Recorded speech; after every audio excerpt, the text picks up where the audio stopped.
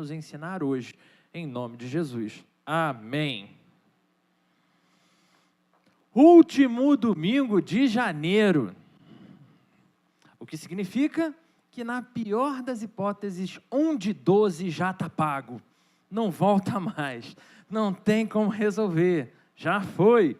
Ou, como acontece para muitos, mais um mês que se passou e absolutamente nada mudou na vida. Por isso, convido você, sendo extremamente direto ao texto, a abrir a sua Bíblia no livro de Atos dos Apóstolos.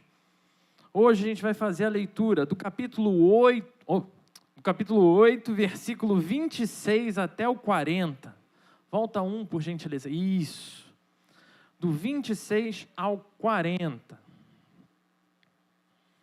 Atos dos Apóstolos 8, do 26 ao 40. Diz assim a palavra do Senhor. E, por gentileza, te convido a manter sua Bíblia aberta aí durante toda a exposição. Um anjo do Senhor disse a Filipe: vá para o sul, para a estrada deserta que desce de Jerusalém a Gaza. Ele se levantou e partiu. No caminho encontrou um eunuco etíope, um oficial importante encarregado de todos os tesouros de Cândace, rainha dos etíopes. Esse homem viera a Jerusalém para adorar a Deus e, de volta para casa, sentado em sua carruagem, lia o livro do profeta Isaías. E o Espírito disse a Filipe: aproxime-se dessa carruagem e acompanha. Então Filipe correu para a carruagem, ouviu o homem lendo o profeta Isaías e lhe perguntou: o senhor entende o que está lendo? Então Filipe correu para... eu entendi o que eu estou lendo. Ele respondeu: como posso entender se alguém não me explicar? Assim, convidou Filipe para subir e sentar-se ao seu lado. O eunuco estava lendo essa passagem da Escritura. Ele foi levado como ovelha para o matadouro e, como cordeiro mudo, diante do tosquiador, ele não abriu a sua boca. Em sua humilhação foi privado de justiça. Quem pôde falar? Me perdi completamente. Em sua humilhação foi privado de justiça. Quem pôde falar dos seus descendentes? Pois a sua vida foi tirada da terra. O eunuco perguntou a Filipe: diga-me, por favor, de quem o profeta está falando? De si próprio ou de outro? Então Filipe, começando com aquela passagem da Escritura, anunciou-lhe as boas novas de Jesus. Prosseguindo pela estrada, chegaram a um lugar onde havia água. O eunuco disse: olhe, aqui há água, que me impede de ser batizado? Disse Filipe: você pode, se crê de todo o coração. O eunuco respondeu: creio que Jesus Cristo é o Filho de Deus. Assim, deu ordem para parar a carruagem. Então, Filipe e o eunuco desceram à água, e Filipe o batizou. Quando saíram da água, o Espírito do Senhor arrebatou Filipe repentinamente. O eunuco não o viu mais e, cheio de alegria, seguiu o seu caminho.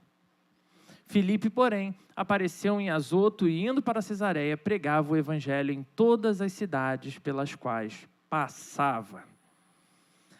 Atos, irmãos, é o livro da Bíblia que se preocupa em relatar os primeiros momentos da vida da igreja pós-ascensão de Jesus Cristo.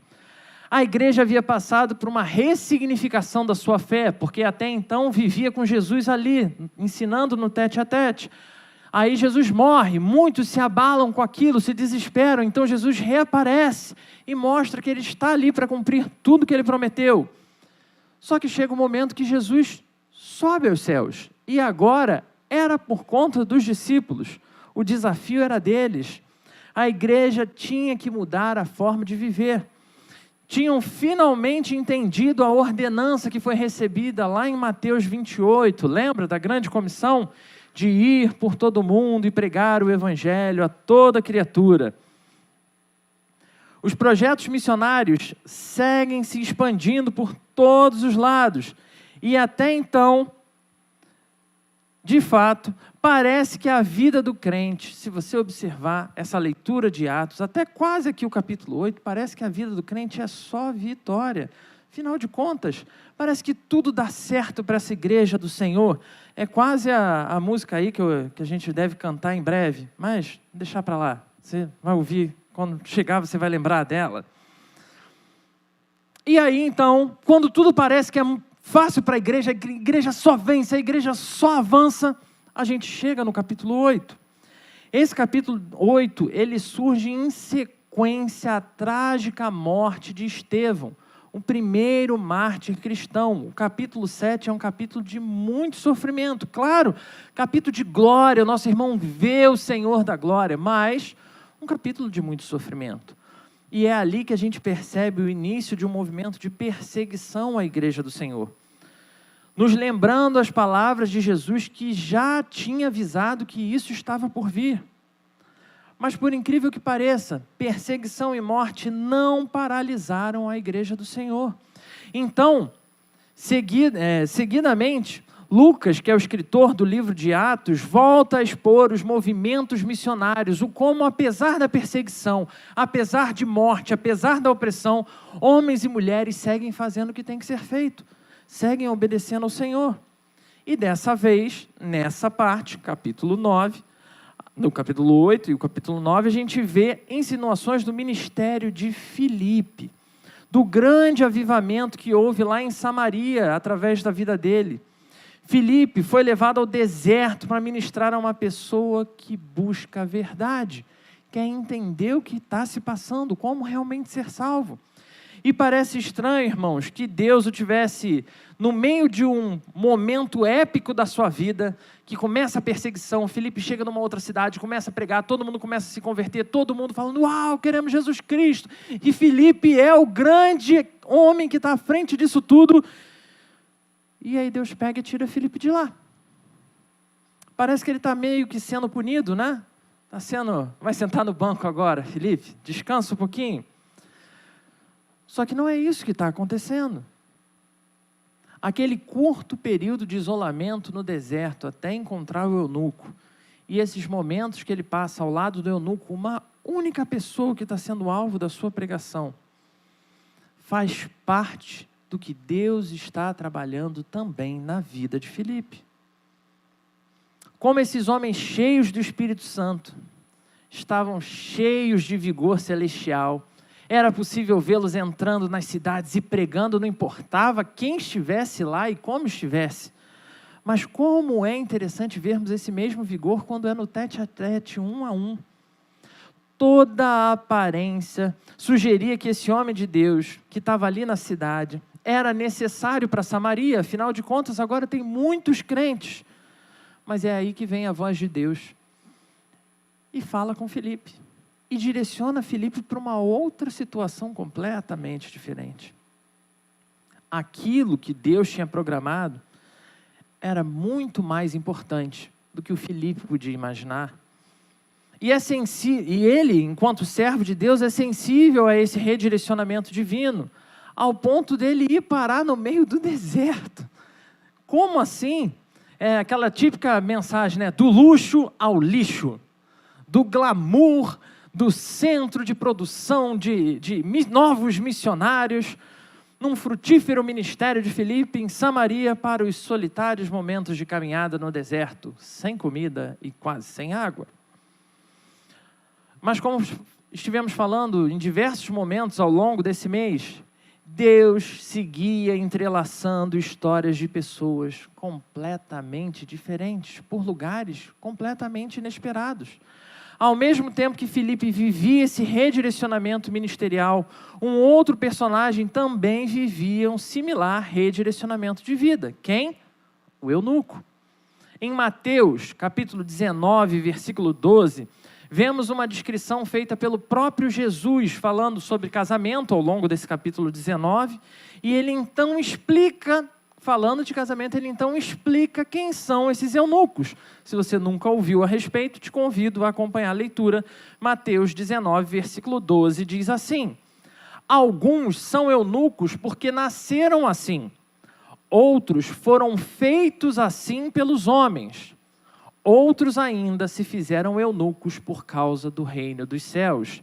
Quem puder aceitar isso, aceite. E se você ler o versículo seguinte, e aí eu não vou entrar aqui, né, porque aí é muito específico, ele vai descrever exatamente a quem ele se refere. É o homem que não se relaciona com mulher, seja porque ele nasceu sem condições para isso, e por isso não pode tomar uma mulher como esposa, seja porque ele foi feito, ele foi castrado, então ele se tornou eunuco, seja o homem que por opção resolve dedicar a sua vida a Deus.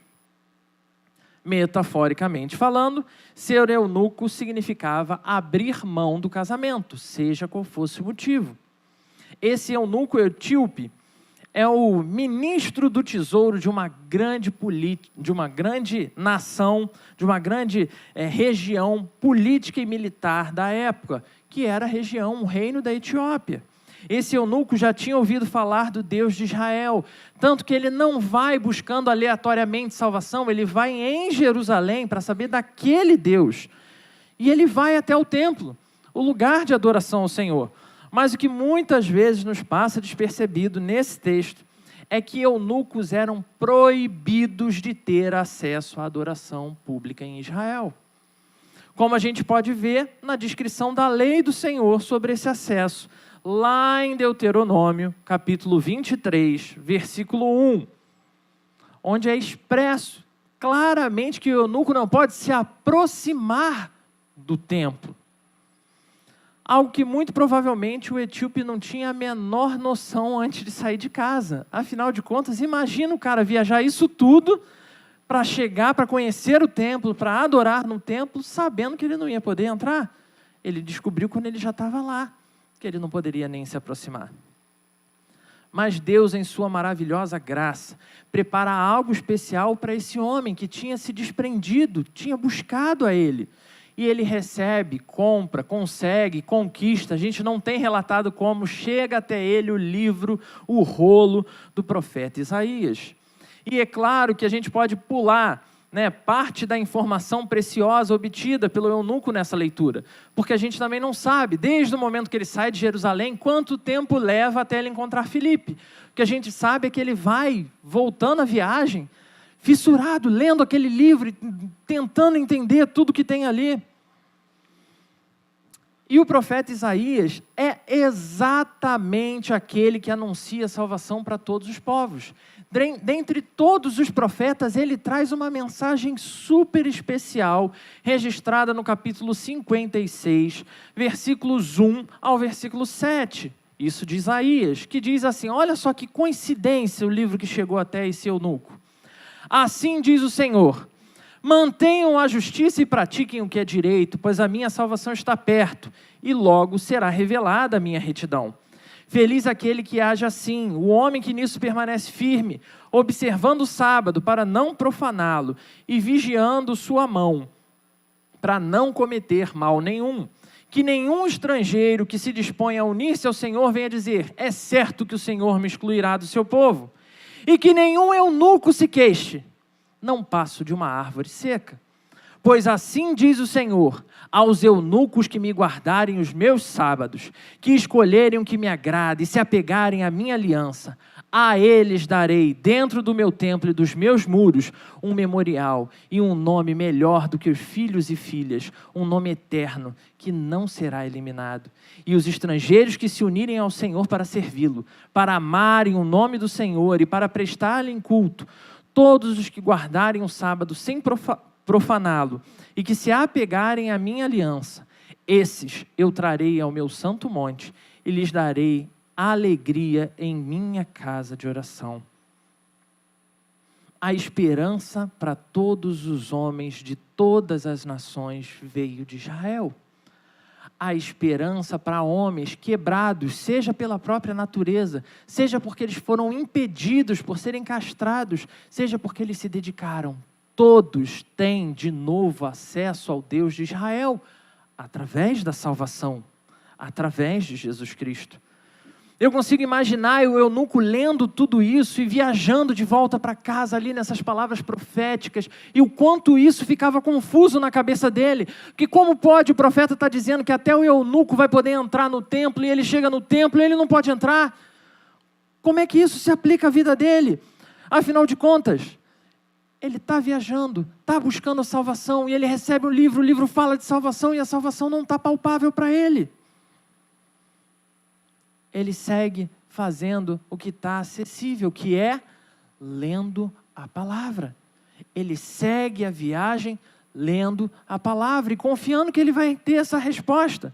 Afinal de contas, a Bíblia é uma excelente companheira de viagem. Leve a sua Bíblia nas suas viagens, ainda mais agora que dá para botar no celular, né? Pelo amor de Deus, não tem desculpa. Então Deus oferece algo muito poderoso para a caminhada cristã desse eunuco. Quando lemos sobre esse encontro divinamente programado entre Filipe e o eunuco, vemos que muito além do planejado, para cada servo individualmente, né? Muito além do que podia ser planejado para o eunuco se tornar uma referência cristã, muito além do planejado para que Filipe se tornasse um grande líder,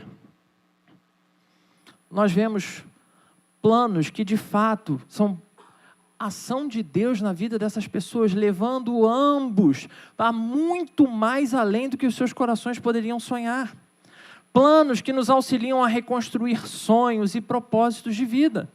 Planos que nos colocam na desafiadora jornada de crescimento e desenvolvimento ministerial, para o qual todo cristão foi chamado a fazer parte. Você sabe que você tem um ministério? Sabe qual é o seu ministério? Esse aqui eu posso te garantir que é ministério de todo cristão. Todos nós fomos chamados a fazer parte disso. Sabe o que é? O discipulado. Discipulado que geralmente, ou na grande maior parte das vezes, atribuímos apenas um determinado momento da nossa vida. E depois a gente segue como se a gente tivesse de fato se formado e ganhado um diploma de formação na EBETA. Você conhece a EBETA? EBETA é a Escola Bíblica de Ensinos Teológicos das Águas. Acabei de inventar. Tive que botar aqui, senão eu não ia lembrar o que era EBETA na hora de explicar.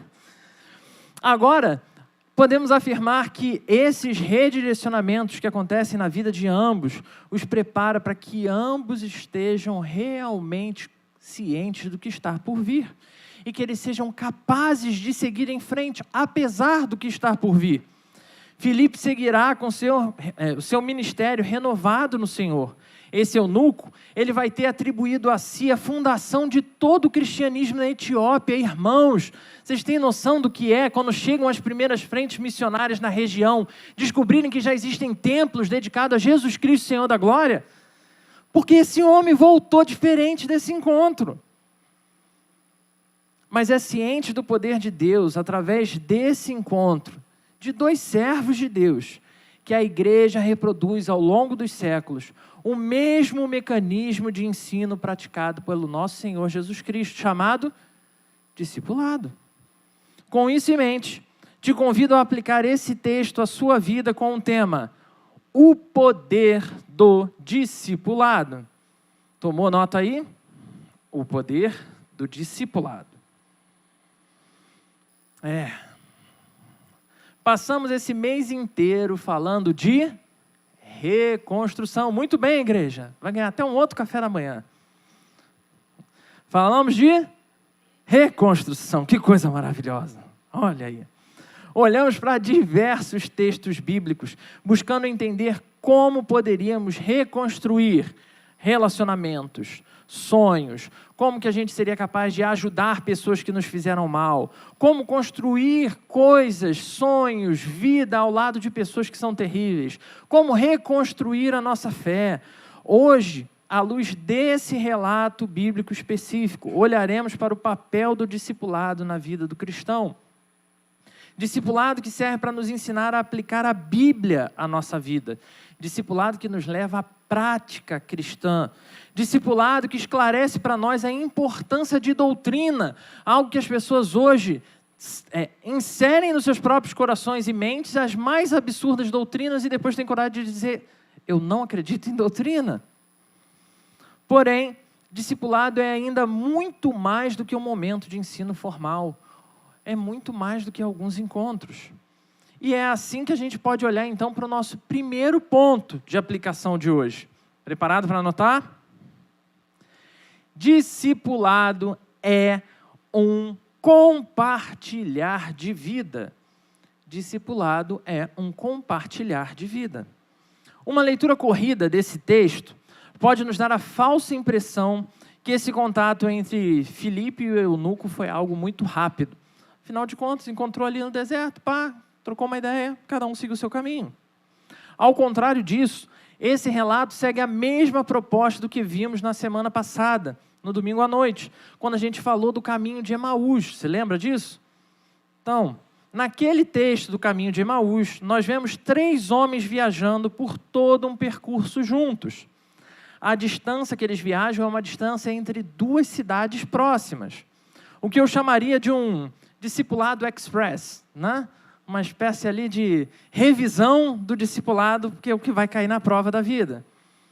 Afinal de contas, foi praticamente, única e exclusivamente, para relembrar aqueles homens do que realmente Jesus tinha dito, o que realmente Jesus tinha feito.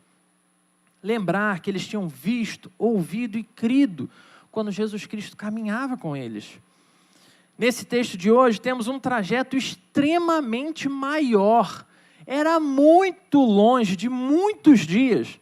Para atravessar todo esse percurso, seriam necessários muito. Inclusive, existe aí toda uma discussão teológica do caminho que o eunuco, né, prescreveu ali, percorreu, né, para saber se ele foi batizado e tinha água, ele teve que beirar em algum momento algum rio. Então eles traçam tudo isso e para isso mostra que o caminho era realmente muito longo, podendo levar meses.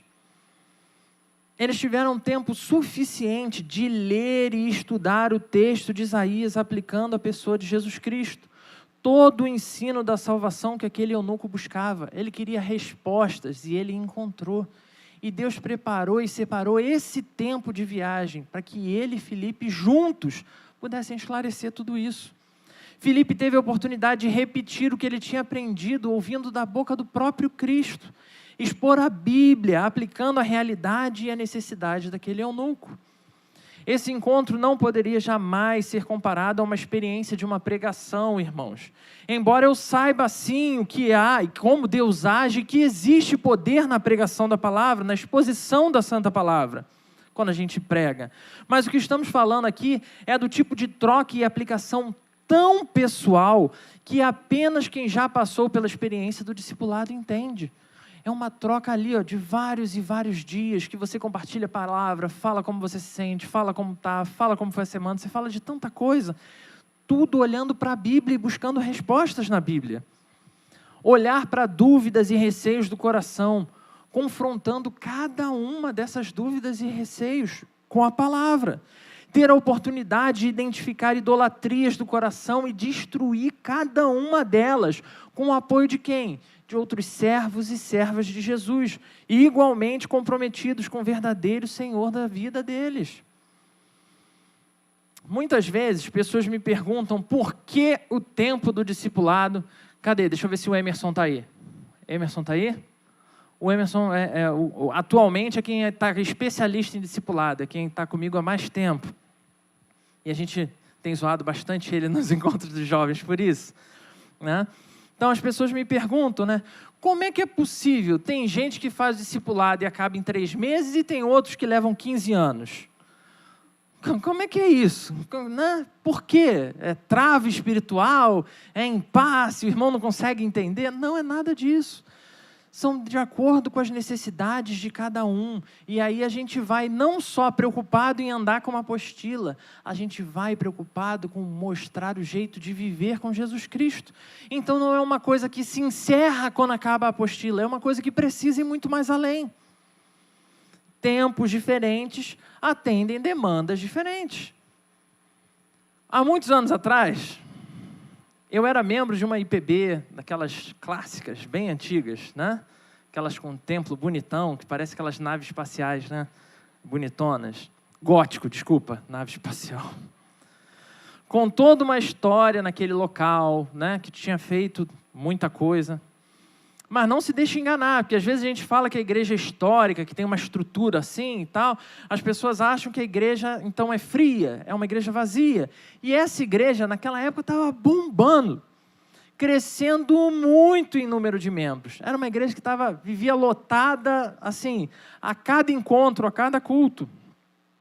E aí, então, depois de muito empenho, os irmãos se dedicando, eles conseguiram comprar o terreno ao lado da igreja. Então, o que eles pensaram? Vamos expandir, vamos crescer. E aí contrata uma empresa para analisar o terreno, para nivelar o terreno, para preparar aquelas coisas todas de obra, né?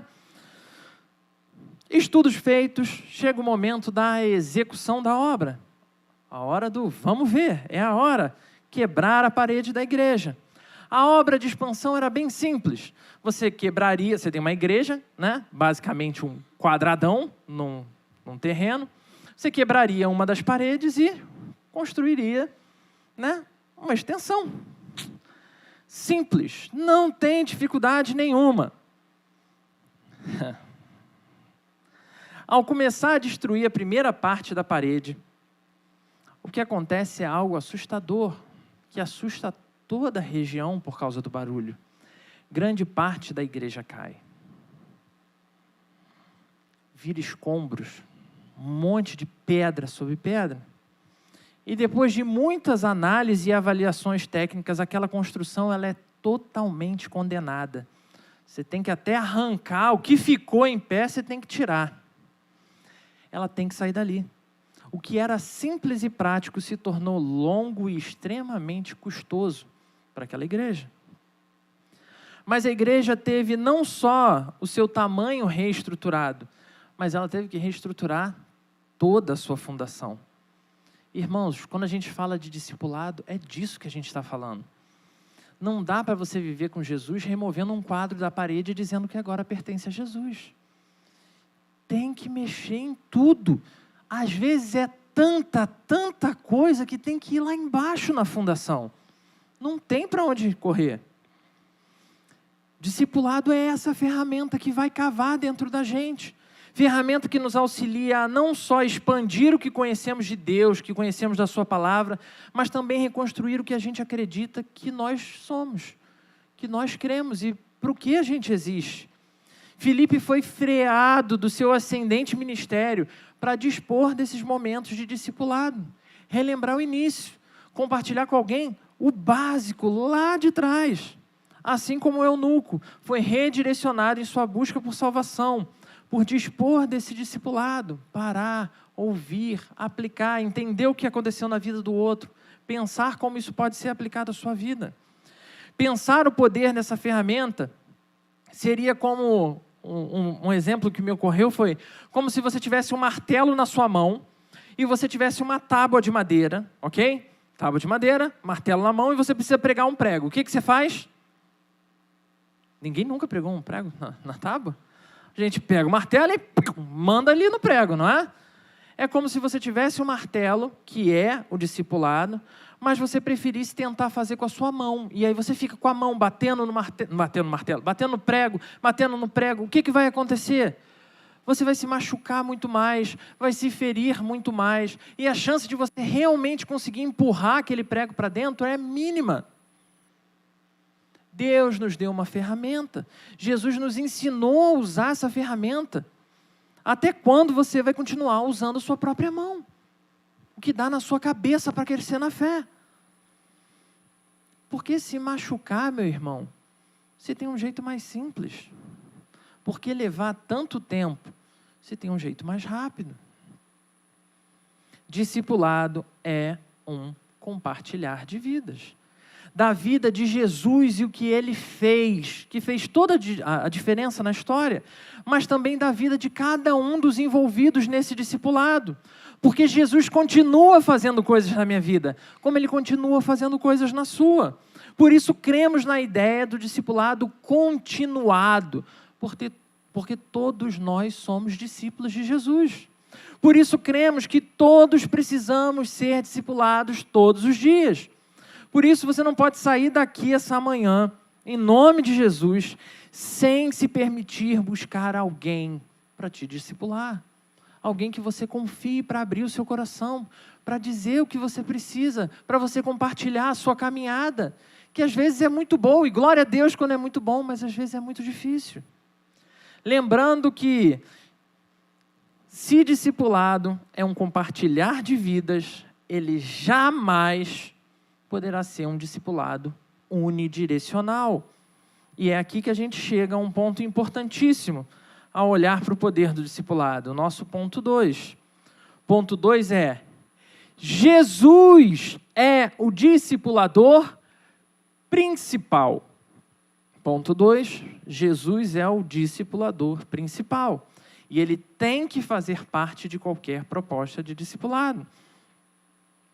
Pois enquanto nos reunimos para a experiência do discipulado, Jesus é o discipulador principal, central, verdadeiro, porque ele é quem é essencial nessa dinâmica.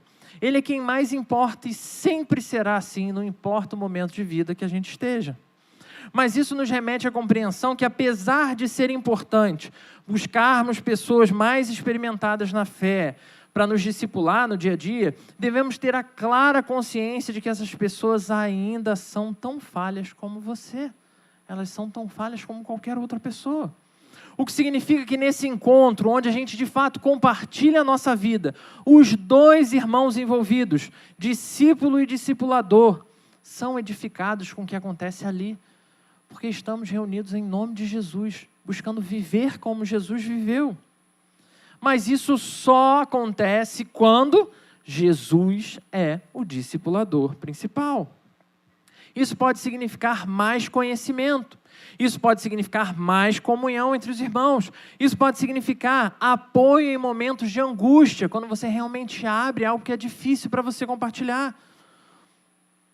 Uma das mais interessantes ações místicas, aí para a galera que gosta, né, dessas coisas, das ações místicas promovidas pela palavra de Deus, consiste no fato de todos serem igualmente alvo de cada exposição da palavra. Cada leitor, cada ouvinte, cada músico, cada pregador, cada irmão que ora, cada servo de Jesus em cada função do reino, em cada time da nossa igreja.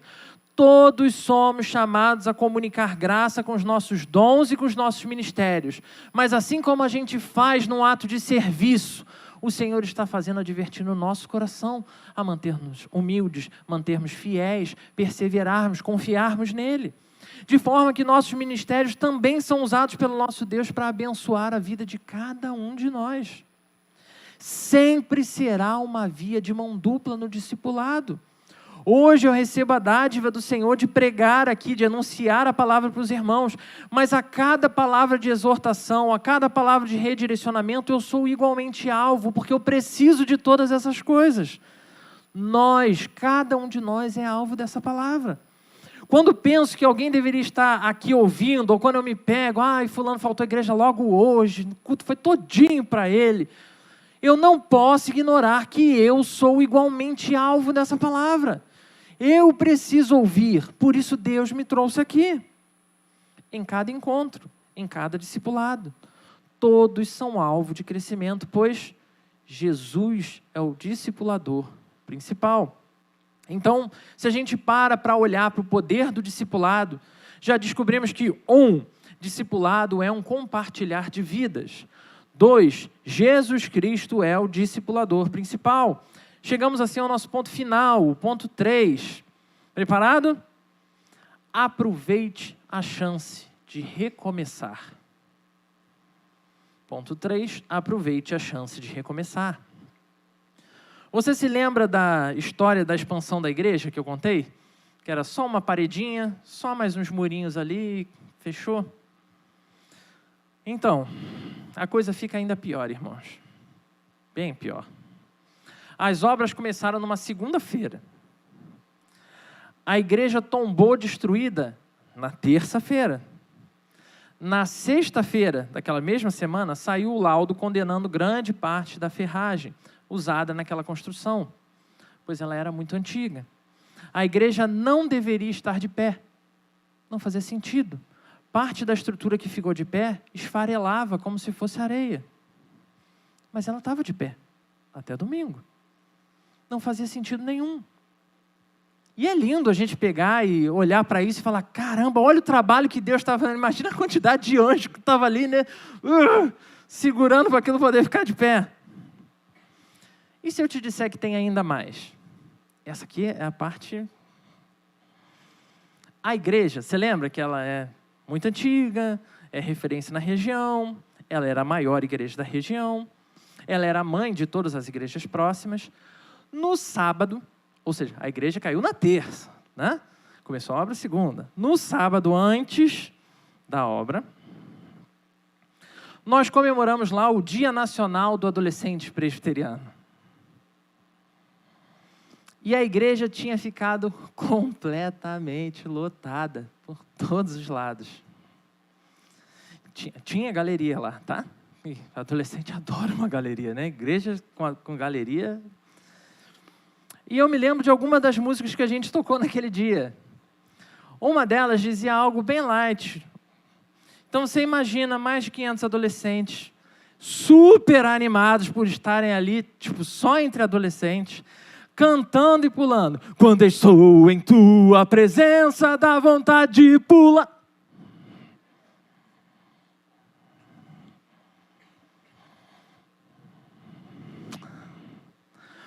O que sustentava aquela igreja era o poder de Jesus Cristo. O que impediu uma verdadeira catástrofe naquele sábado foi o poder de Jesus Cristo. Ninguém podia imaginar que a estrutura estava daquele jeito. O que permitiu que a igreja caísse, quando tinha só algumas, meia dúzia de pessoas e que não se machucaram, foi o poder de Jesus Cristo. Tudo que existe, permanece, se encerra, ou até mesmo que recebe uma nova chance, só tem a oportunidade de passar por tudo isso, pelo poder de Jesus Cristo.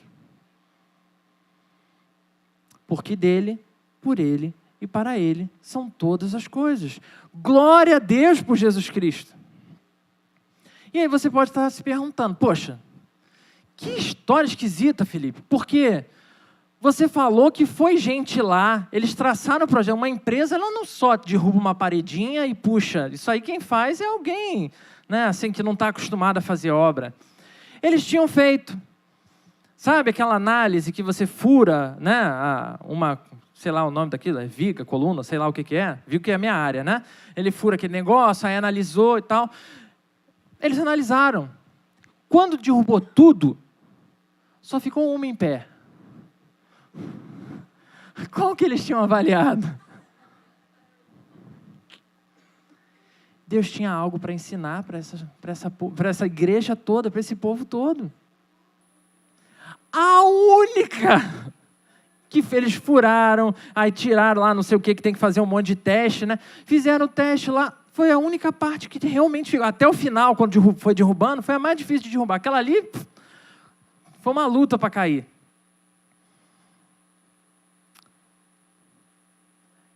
Glória a Deus pelo grande milagre que ele realizou ali.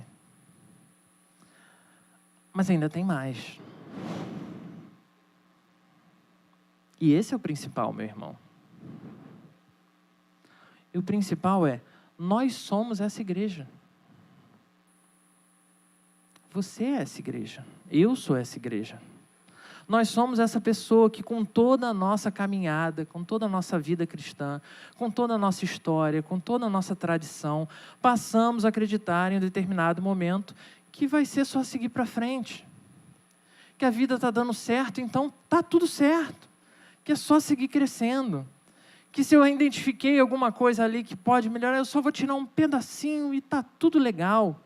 Nós somos essa pessoa que muitas vezes está com a estrutura completamente falha e comprometida. Mas como a nossa referência é um pedacinho e o pedacinho está saudável, a gente vive como se tivesse tudo bem. Quando na verdade a gente está a ponto de cair a qualquer momento. Nós dependemos que Jesus Cristo sustente a nossa vida a todo momento. Nós somos esses que se acham, né, em um momento que basta remover só um pedacinho e tudo vai ficar ok. Assim como nós somos esse discípulo Filipe da história.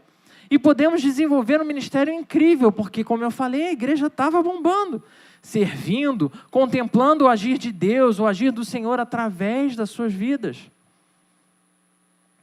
Mas continuaremos precisando de tempo para descansar. Tempo para parar, tirar uma pausa. buscar um renovo. Porque não existem supercrentes, irmãos. Não existe essa ideia de crente infalível, super.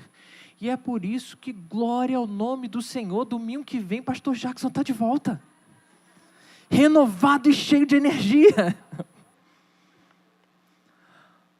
Somos esses que precisam relembrar as coisas básicas e essenciais da fé, compartilhando com alguém, para relembrarmos da salvação, da esperança que nós recebemos de Jesus, assim como continuamos sendo como o eunuco, pessoas que saem o tempo inteiro buscando salvação, tanto a salvação eterna, e é verdade, que tem muita gente que vive na igreja, mas continua buscando isso como se estivesse além ainda, como para cada uma das nossas lutas e tribulações diárias.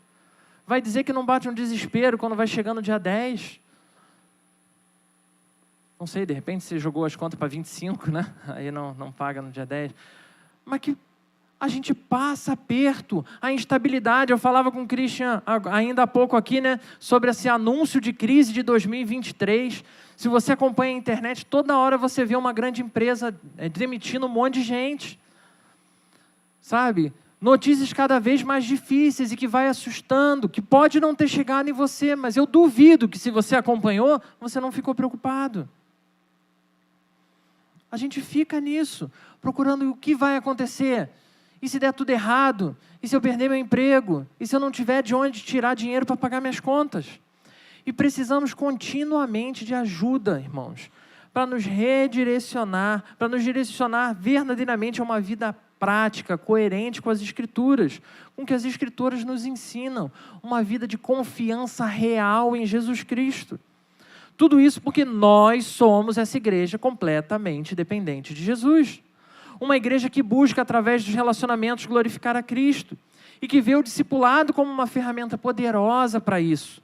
Assim, irmãos, como buscamos continuamente a oportunidade de crescermos juntos em comunhão e graça, como os irmãos e irmãs tão falhos, mas que fazem parte da nossa caminhada, que Deus trouxe para nos auxiliar nessa caminhada, como um café da manhã, que você tem a oportunidade tão gostosa de compartilhar com pessoas.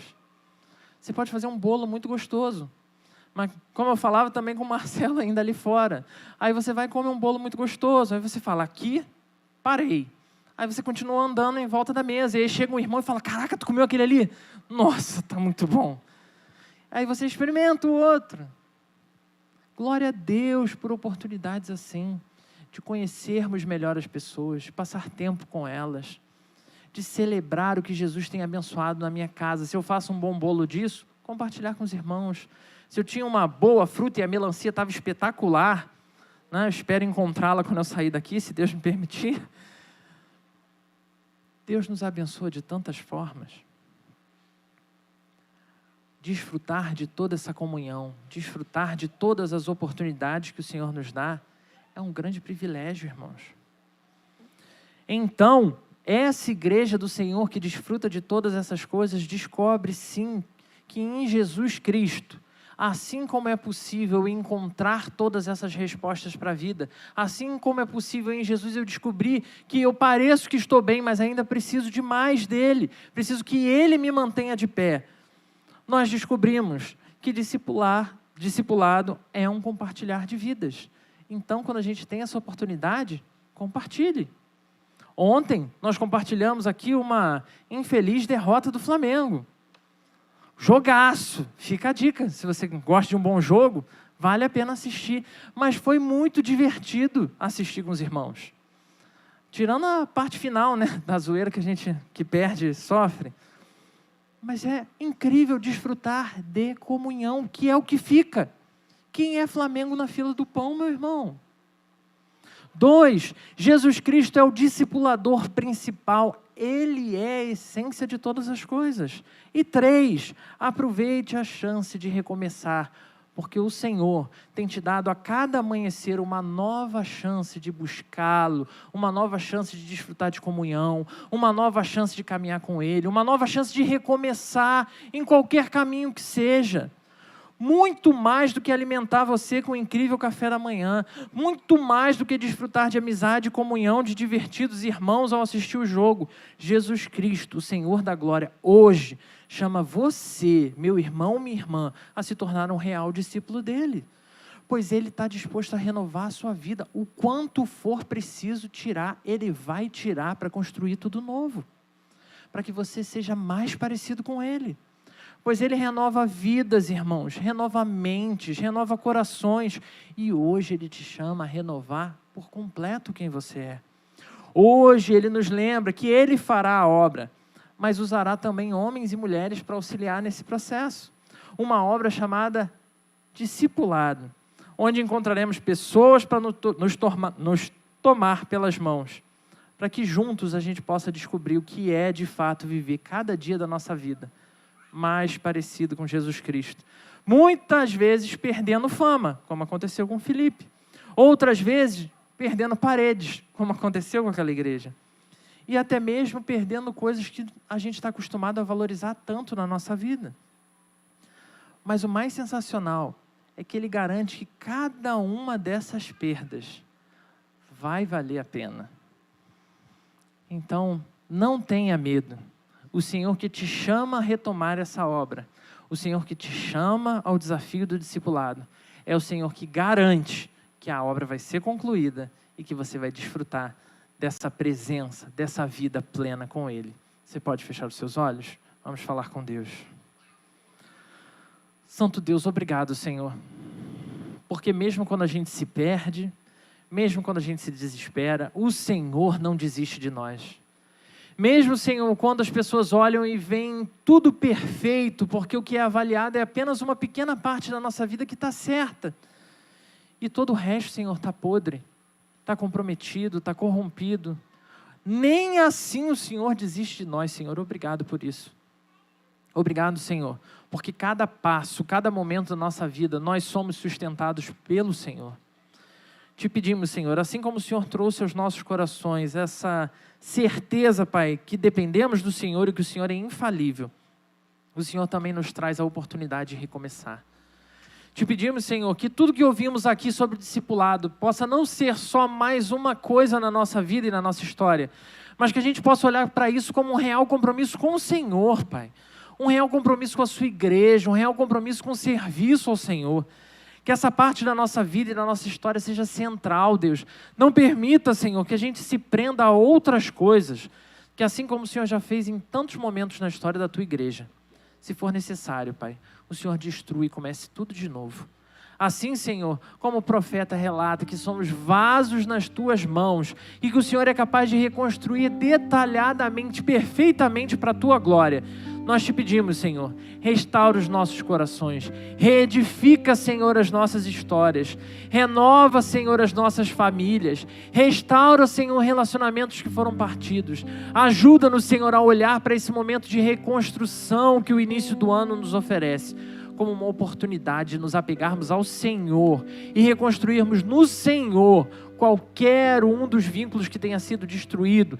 Pessoas, Senhor, que possam ter se perdido, familiares que estejam enfrentando coisas difíceis, Senhor, não nos deixe ignorar, não nos deixe abandonar, Senhor, mas lembre-nos do nosso papel, que nós sejamos verdadeiros homens e mulheres comprometidos com o Senhor, verdadeiros homens e mulheres, Senhor, que entendem que não precisam ser perfeitos para ser usados pela Tua mão, Senhor, para resgatar outros, mas homens e mulheres tão comprometidos com o Senhor, que o nosso amor pelo Senhor vai ser tudo o que será suficiente para que a gente possa continuar buscando as pessoas que se perderam, que a gente possa continuar lutando pelo que parece destruído e que no Senhor a nossa esperança se renove a cada manhã, a nossa fé seja renovada a cada manhã e que a gente tenha a plena convicção, Senhor, que o Senhor nos faz, o Senhor nos sustenta e o Senhor nos direciona a algo glorioso demais para os nossos olhos se perderem com o que esse mundo tem a oferecer. Por isso, Senhor, te agradecemos por um mês de janeiro difícil, abençoado, com tantas contradições, mas um mês de janeiro onde podemos nos agarrar mais uma vez no Senhor e pedir: Senhor, renova-nos para a Tua honra e para a Tua glória, em nome de